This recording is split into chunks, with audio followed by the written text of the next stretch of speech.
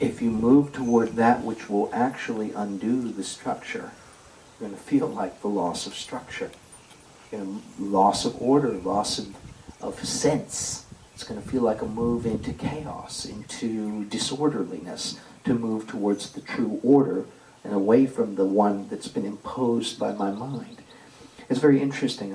I have experienced ones who have gotten used to and made structure out of certain kind of pretty dynamic kind of inner work, but faced with just doing a repeating question that might open something that I don't have control over.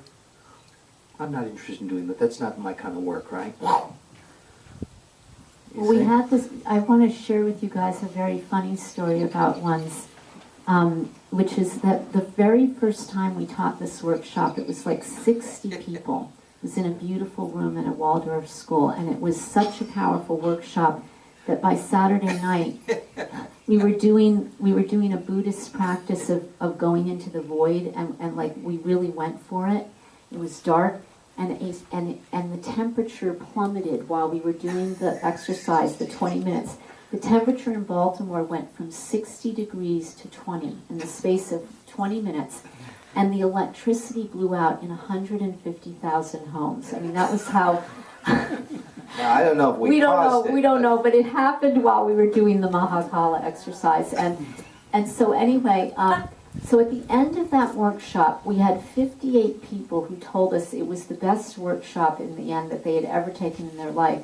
And we had 2 people that absolutely hated the workshop.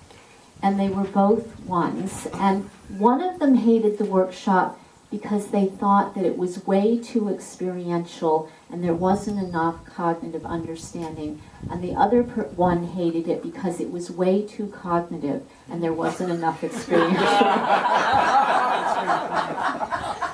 In both cases, they were just trying to stay in control.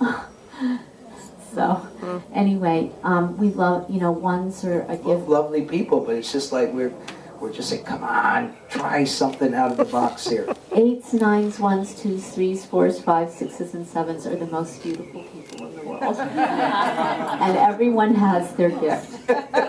What we're here to is liberate the gift, So I just was remembering a quote that we put in the wisdom book.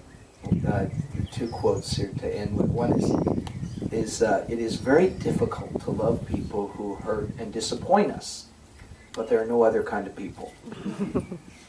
The other one is from our teacher Alia, that I often will invoke in the one. And she said a lot of amazing things over the years. She passed away last year. One of the things she said that really stayed with me, and I always offer to the one in all of us, she said, the art of life is to let what is awake in me touch and be touched by what is awake in the other, rather than letting what is asleep in me be annoyed by what is asleep in the other. And that, in a nutshell, is the journey of the one.